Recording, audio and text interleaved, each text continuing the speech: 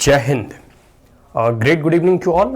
आज हम इस क्लास में, इस वीडियो में, जैसा आपने टाइटल में देख लिया, हम लोग जानने का प्रयास करेंगे recognition of national and state parties.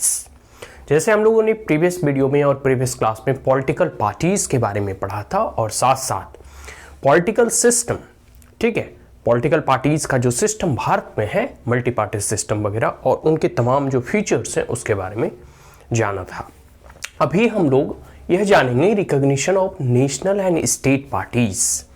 State parties और नेशनल पार्टी के रिकॉग्निशन मिलने पर और उसे किस प्रकार से आयोग जो है देती है, उसे सिंबल प्रोवाइड कराती है, ठीक है, एक चिन्ह, और उस चिन्ह के आधार पर वह अपने कैंडिडेट को, जैसे अभी 5 राज्यों में चुनाव हो रहा है तो डिफरेंट पार्टीज जो है अपने प्रतीक चिन्ह और पॉलिटिकल पार्टीज के डिफरेंट, जैसे फॉर एग्जांपल आप कमल का फूल ले लो, बीजेपी का, कांग्रेस का पंजा छाप है, और इसी तरह डिफरेंट जैसे समाजवादी पार्टी का साइकिल है, मायावती जी का हाथी छाप है। तो बहुत सारे डिफरेंट पार्टीज का अपना अपना एक सिंबल होता है और उसी सिंबल के आधार पर जो है वो अपने प्रतिनिधि को एक स्पेसिफिक कंस्टिट्यूएंसीज में वो खड़ा करते हैं, चुनाव लड़ते हैं, और उन्हीं के प्रतीक चिन्हों के नाम पर वो विजयी भी होते हैं। बहुत लोग हारते भी हैं, ठीक है, जीतते तो एक ही हैं।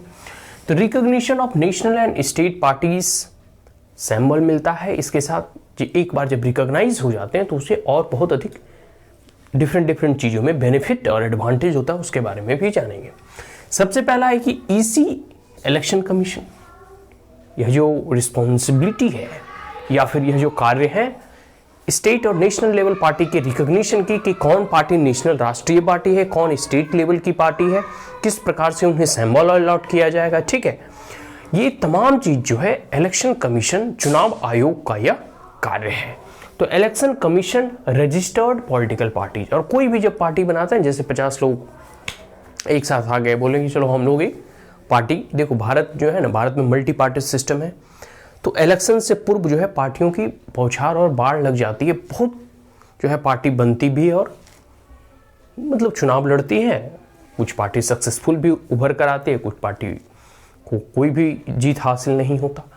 और मल्टी पार्टी सिस्टम होने की वजह से कोई रोक ठोक नहीं, कोई भी व्यक्ति पार्टी बना सकता है। व्यक्ति इन द सेंस कि उसके पीछे कुछ फॉलोवर्स भी होने चाहिए, ठीक है, 50 और 100 के कम से कम तो इतना होना ही चाहिए, ठीक है। तो वो पार्टी का जो है गठन करता है एक, फिर उसे जो है टेम्पोररी एक सिंबल चुनाव आयोग के द्वारा, उसका नाम जो है वो रजिस्टर्ड होता है चुनाव आयोग में, ठीक है। तो इलेक्शन कमीशन जो है registered political parties for the purpose of election, ताकि देखते हो जब ईवीएम होता है ना, ईवीएम, ठीक है, इलेक्ट्रॉनिक वोटिंग सिस्टम वाली जो मशीन होती है, ईवीएम मशीन, उसमें उस पॉलिटिकल पार्टी के सिंबल दिया रहता है और उसके बगल में एक बटन रहता है। तो जो भी व्यक्ति उस कैंडिडेट को और किसी एक स्पेसिफिक पार्टी को जिताना चाहता हो तो उसके बगल वाले बटन पे वो क्लिक करता है, तो उसके उस कैंडिडेट को एक वोट पड़ जाते हैं। तो इसका जो है एक प्रकार से इलेक्शन को कंडक्ट कराने में और इलेक्शन प्रोसीड्यूर्स को आगे बढ़ाने के लिए ये जरूरी है कि सिंबल वगैरह अलॉट किए जाते हैं और डिफरेंट पॉलिटिकल पार्टीज अब फिर अपने कैंडिडेट जो है को खड़ा करवाते हैं। तो purpose of election and grant them as a national and state party, और फिर उसके परफॉर्मेंस के आधार पर on the basis of their poll performance जब चुनाव हो जाते हैं, ठीक है, इसके बारे में हम लोग जानेंगे कि क्या क्या क्राइटेरिया है कि कोई एक नेशनल पार्टी डिक्लेयर कर दी जाती है, कोई एक स्टेट पार्टी तक ही सीमित रहती है। तो ये तमाम जो है किस बिहाफ पे निर्धारित होता है, on the basis of poll performance, मतलब वो स्पेसिफिक पार्टी कितने प्रतिशत वोट लाती है, कितने नंबर ऑफ कैंडिडेट उनके लोकसभा और स्टेट लेजिस्लेटिव असेंबली में जीत कर आते हैं।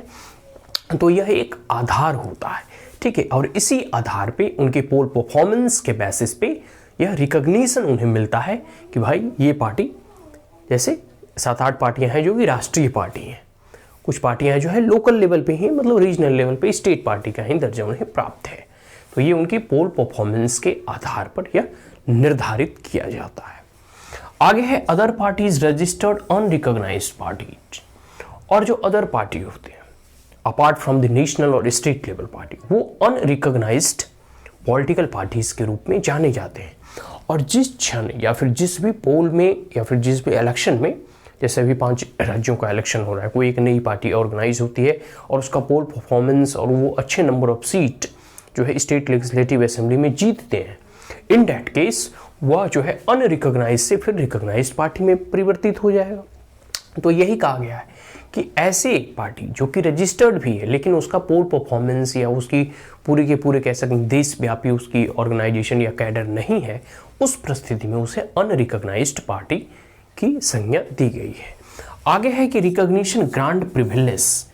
देखो, रिकॉग्निशन मिल जाने से मैंने पहले बताया इसके बहुत सारे एडवांटेज हैं, ठीक है। तो एक प्रिविलेज के तौर पर हम कह सकते हैं कि एलोकेशन ऑफ पार्टी सिंबल, सबसे बड़ी चीज तो है सिंबल है, क्योंकि सारा का सारा चुनाव जो है सिंबल पे ही लड़ा जाता है, ठीक है। जितने भी देखो बीजेपी के मेंबर होंगे या जितने भी प्रत्याशी होते हैं वो बीजेपी के सिंबल कमल छाप लेकर प्रचार प्रसार करना, सबको प्रेरित करते हैं कि इसी पे बटन दबाइएगा। कांग्रेस जो है अपनी है, आम आदमी की जैसे झाड़ू छाप है, जैसे एमसीडी का चुनाव आने वाला है तो हर जगह बोर्ड, होर्डिंग, प्रचार प्रसार, पेपर, न्यूज़पेपर, टेलीविज़न, रेडियो, सब जगह है प्रतीक चिन्हों के सहारे वो चुनाव मैदान में उतरते हैं। तो पार्टी को सिंबल अलॉट किया जाता है। And provision of time for political broadcast, और साथ साथ पॉलिटिकल ब्रॉडकास्ट करने के लिए भी उसे stand on television and radio station, जैसे स्टेट ऑन टेलीविजन कहने का मतलब जैसे दूरदर्शन वगैरह हो गया, फिर जितने भी मतलब कह सकते हैं कि स्टेट लेवल में टेलीविजन या फिर रेडियो वगैरह होता है, नेशनल लेवल पे AIR, ठीक है, ऑल इंडिया रेडियो, तो इन तमाम जो है जगहों पे वह अपनी पार्टी का प्रचार प्रसार करवा सकते हैं। तो ये बेनिफिट होता है। सबसे पहली बेनिफिट तो हो गया सिंबल, हो गया सिंबल मिल गया, प्रतीक चिन्ह मिल गया, एक प्रकार से उस सिंबल और उस प्रतीक के आधार पर जो है अपने कैंडिडेट को हर जगह से खड़ा करवा सकते हैं, ठीक है, पॉलिटिकल फील्ड में उन्हें उतार सकते हैं, प्रचार प्रसार कर सकते हैं, ठीक है। और उसके साथ साथ जो रेडियो और टेलीविज़न के माध्यम से भी अब वह अपनी पार्टी का प्रचार कर सकते हैं, तो ये उनको बेनिफिट हो गया। और आगे है SS इलेक्टोरल रोल्स, और इलेक्टोरल रोल्स को भी वह एसेस कर सकते हैं। इसके साथ साथ बहुत सारे और ऐसे बेनिफिट, जैसे जो कह सकते हैं ना कि स्टार कैंपेनर होते हैं, उनके खर्च वगैरह में भी बहुत सारी छूट मिलती हैं। तो जो नेशनल और स्टेट लेवल की पार्टी जिन्हें रिकॉग्निशन ऐसा मिल जाता है, तो देखते हुए मतलब क्योंकि एक लिमिट तय की गई है कि आप इससे अधिक खर्च नहीं कर सकते हैं, लेकिन जो स्टार कैंपेनर रहते हैं उनको इससे परे रखा गया, मतलब उन्हें छूट दी गई है, और कि उनके खर्च और उनके आने जाने या फिर उनके कह सकते हैं कि होर्डिंग, पब्लिशिंग या जो भी चीज़ उनके द्वारा किया जाता है उनका वो मापदंड उसमें कैलकुलेट नहीं किया जाएगा।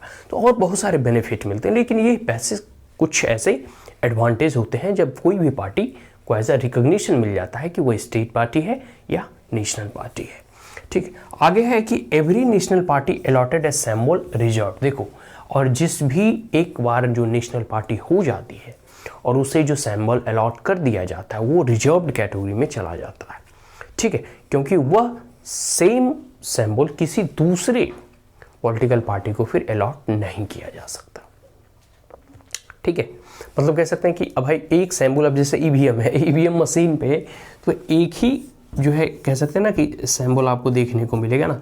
अगर सेम सिंबल दो पॉलिटिकल पार्टी के होगा तो जनता कंफ्यूज हो जाएगी।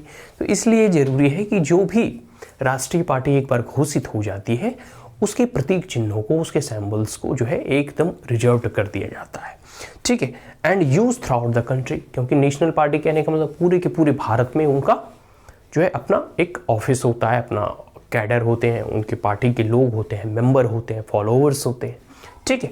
तो एक ही जगह पे आप एक ही सिंबल दो पार्टी को अलॉट नहीं कर सकते, ठीक है। एंड आगे है state party use in state, और जो भी स्टेट और रीजनल पार्टियां होती हैं वो स्टेट लेवल पे अपने सिंबल को डिफरेंट जो है स्टेट के कंस्टिट्यूएंसीज में उसे यूज करते हैं। तो स्टेट लेवल की पार्टी की भी कह सकते हैं रिजर्व्ड हो जाती है कि वह पूरे के पूरे स्टेट में जो है उनके सिंबल रिजर्व्ड है। आगे अनरिकॉग्नाइज्ड पार्टियां, देखो मल्टी पार्टी सिस्टम है तो कई एक पार्टियां बनती हैं, कई एक पार्टियां खत्म होती हैं। तो unrecognised party symbol list for the free symbol, दो तरह के देखो सिंबल है कि जब भी आप जैसे अब कई बार ऐसे कैंडिडेट को देखोगे कि किसी एक पार्टी के द्वारा उन्हें टिकट अलॉट नहीं किया जाता है, तो क्या वो चुनाव नहीं लड़ सकते? नहीं। कोई भी व्यक्ति जो इस देश का नागरिक है वो किसी भी भारत के पद के लिए जो है हमारा जो है मौलिक अधिकार है, right to equality, right to opportunity, उसके तहत हम जो है किसी भी पद के लिए और सरकारी गैर सरकारी ऑफिस को होल्ड करने के लिए हम एलिजिबल हैं। हाँ, बशर्ते कि हम वहाँ जीत कर आए। तो ऐसा है नहीं कि आप जीते बिना आपको मुख्यमंत्री और प्रधानमंत्री बना दिया जाएगा। तो ये चीज़ है। अब है कि कोई भी ऐसे इंडिपेंडेंट कैंडिडेट है, कई बार देखोगे कि बहुत सारे ऐसे एमएलए वगैरह होते हैं और बहुत सारे ऐसे संसद वगैरह होते हैं जो किसी एक पार्टी से नहीं होते। हो सकता है उन्हें टिकट नहीं मिला हो, लेकिन वो अपने ग्राउंड लेवल पे बहुत पॉपुलर होते हैं, काम कर रहे होते हैं, तो वो इंडिपेंडेंटली स्वतंत्र रूप से जो है चुनाव लड़ते हैं। या फिर आप लोकल बॉडीज़ का इलेक्शन जो देखोगे ग्राम पंचायत वगैरह में, वो भी कोई स्पेसिफिक पार्टी से नहीं होते। हाँ, म्यूनिसिपल कॉरपोरेशन वगैरह या फिर मेट्रोपॉलिटन सिटी में जो म्यूनिसिपालिटी का जो चुनाव होते हैं उसमें तो खैर पार्टी कंटेस्ट करते हैं अपने सैंपल पर, बट लोकल जो ग्राम पंचायत लेवल पे होते हैं उसमें कोई पार्टी नहीं, सब इंडिपेंडेंट लड़ता है। ठीक है, तो उसी प्रकार ऐसे अनरिकॉग्नाइज्ड जो पार्टियां हैं, ठीक है, उनको जो है सिंबल एक फ्री लिस्ट रखा गया है। दो प्रकार की लिस्ट है, एक है फ्री लिस्ट और एक होता है रिजर्व लिस्ट। तो रिजर्व लिस्ट तो खैर जो नेशनल और स्टेट पार्टी है उसके लिए रिजर्व्ड है, और जो फ्री लिस्ट है वह लिस्ट से किसी भी कैंडिडेट को वह सिंबल अलॉट कर दिया जाता है। जब आप नॉमिनेशन फाइल करने जाएंगे, ठीक है, तो आपको, और वह भी अलॉट किया जाता है फर्स्ट अप्लाई फर्स्ट अलॉट। कहने का मतलब है कि जब आप जितना जल्दी पहले नॉमिनेशन करने जाएंगे वही आपको जो वहाँ के या तो डिस्ट्रिक्ट लेवल पे कलेक्टर होते हैं या फिर जो ग्राम पंचायत का चुनाव वगैरह होता है तो ब्लॉक लेवल पे ही नॉमिनेशन होती है।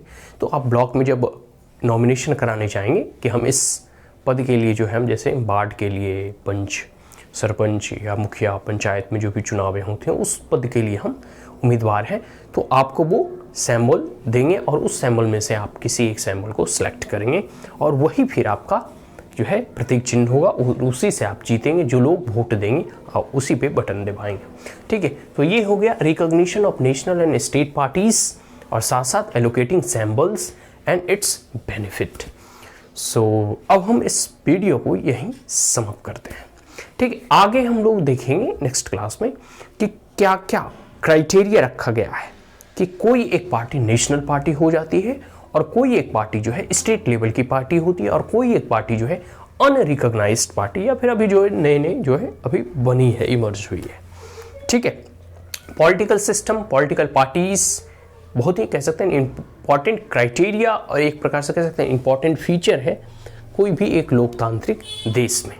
ठीक है, क्योंकि भारत एक लोकतांत्रिक देश है, बहुत सारी पॉलिटिकल पार्टीज हैं, तो इसके कैरेक्टरिस्टिक्स, इसके फीचर्स और इसके वे ऑफ कह सकते हैं चुनाव लड़ने में जिस तरीके से ये पार्टिसिपेट करती है, इसको देखते हुए इसका महत्व बढ़ जाता है। इसलिए भी हमें इसे जानना चाहिए और पढ़ना चाहिए। So that's all, and if you are the first time on my channel, then like it, share it, as well as subscribe it. Also press the bell icon, and if there were any queries, comment, suggestion, advice, you may comment in the comment box. Thank you once again. Have a great day.